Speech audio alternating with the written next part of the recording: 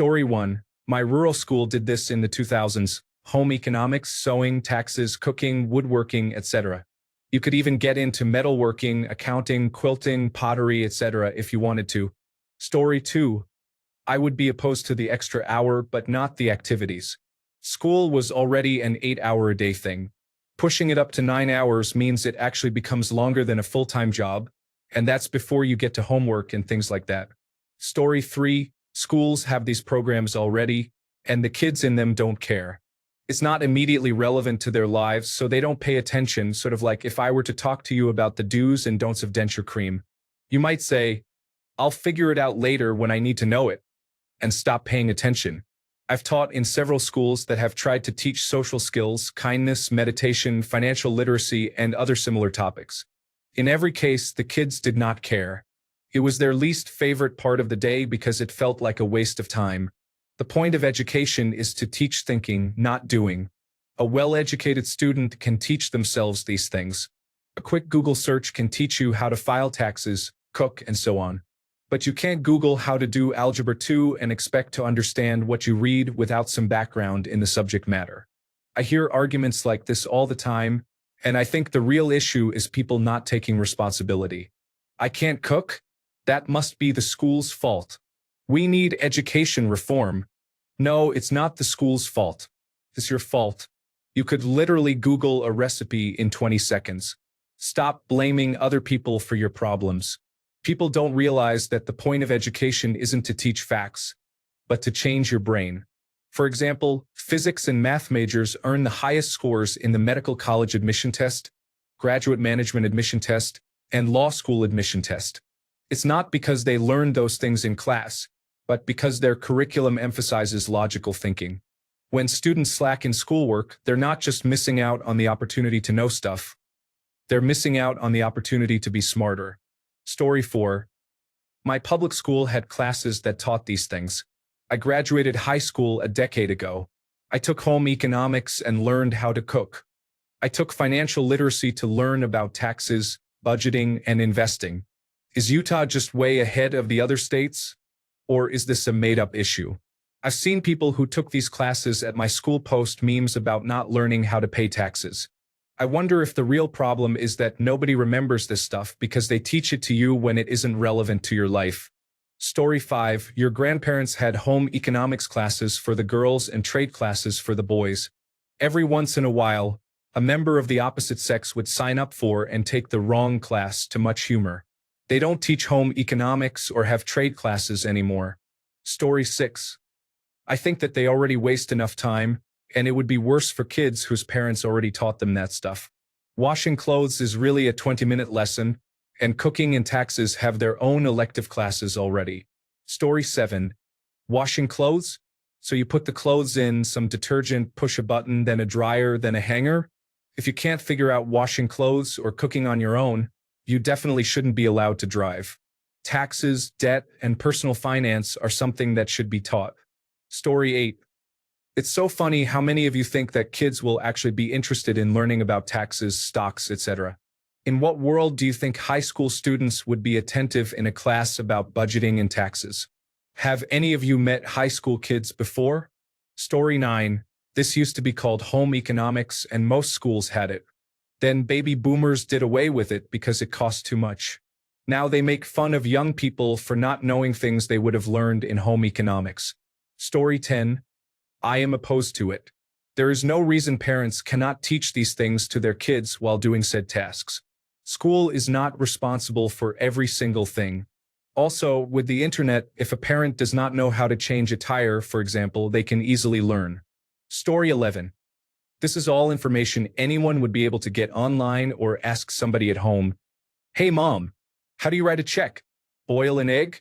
Change a tire? Get your prescriptions filled. It boggles the mind that kids would be willing to sit in a chair at school for hours to passively listen to this, while adulting simply means that you take the time to look it up yourself and learn on your own.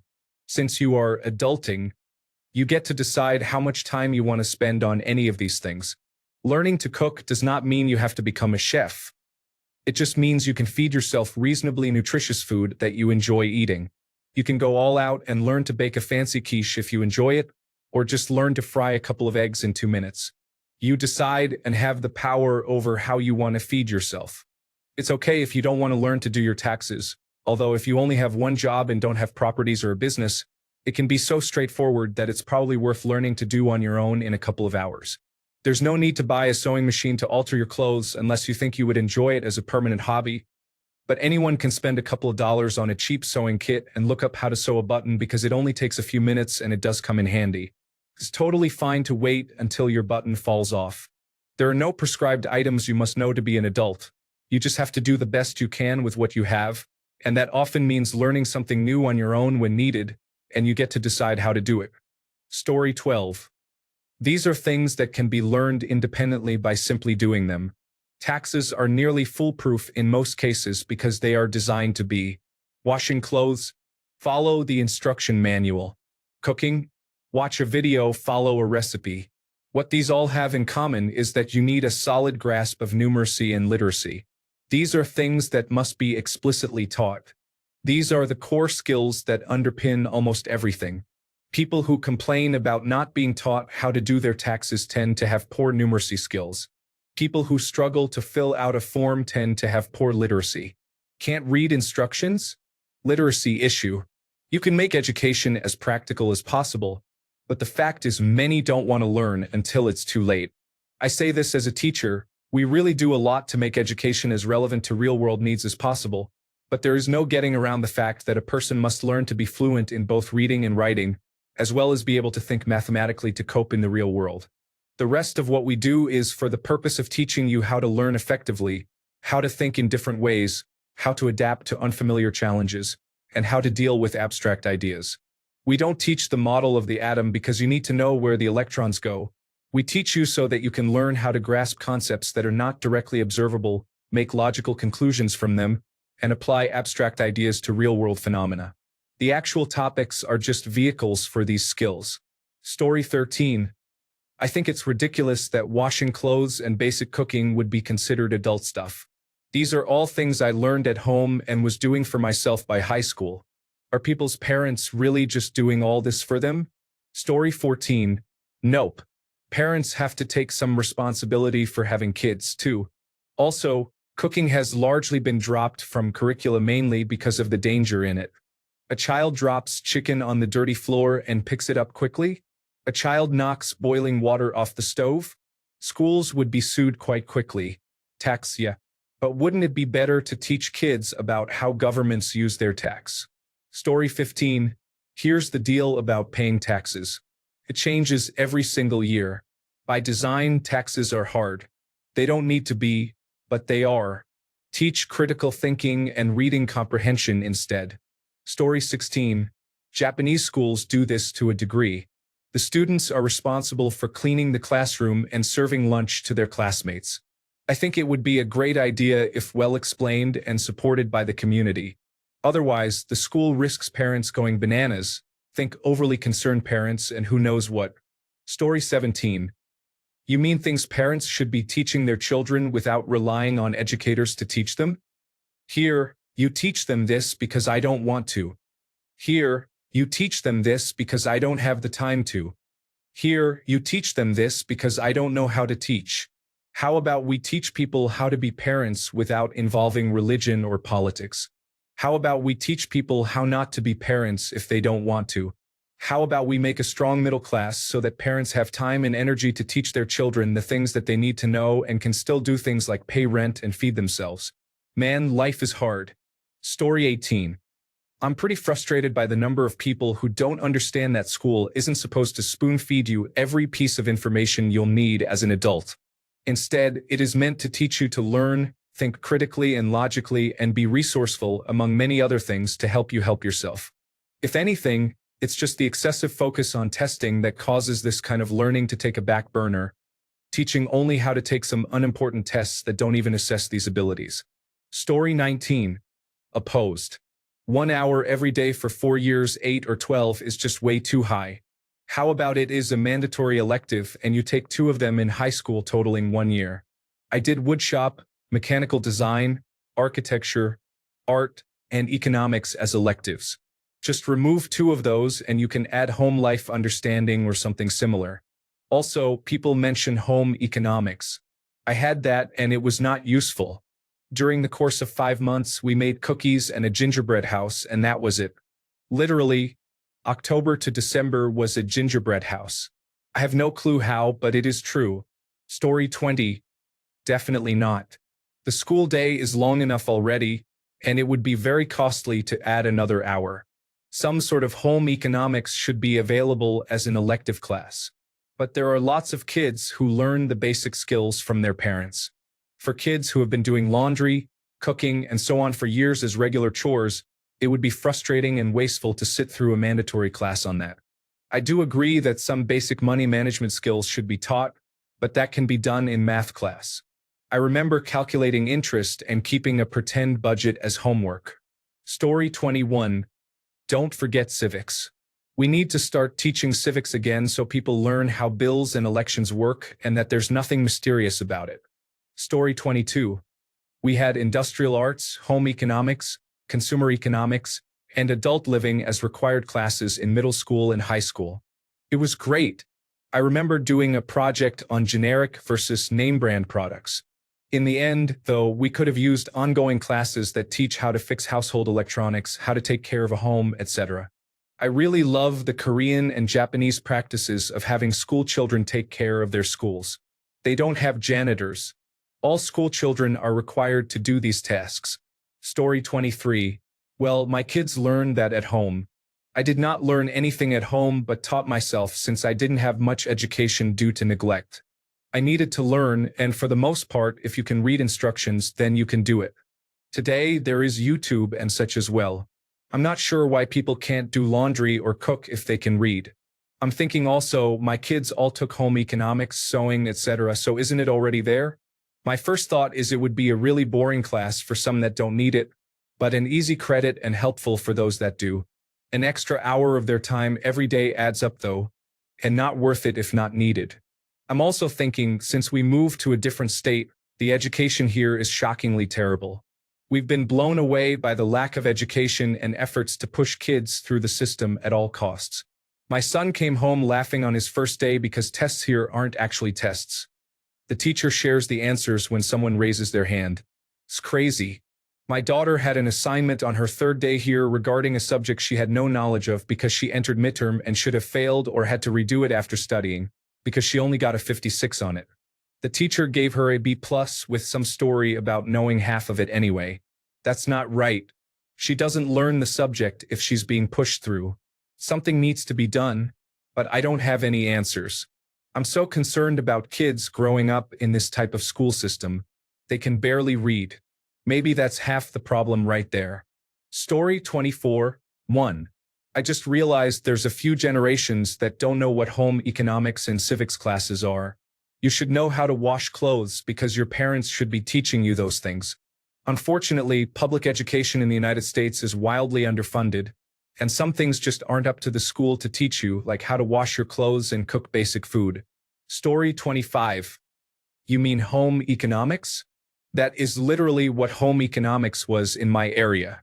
It was an elective, but most people took it instead of an extra math or history class. Also, what about kids who do all that stuff at home anyway?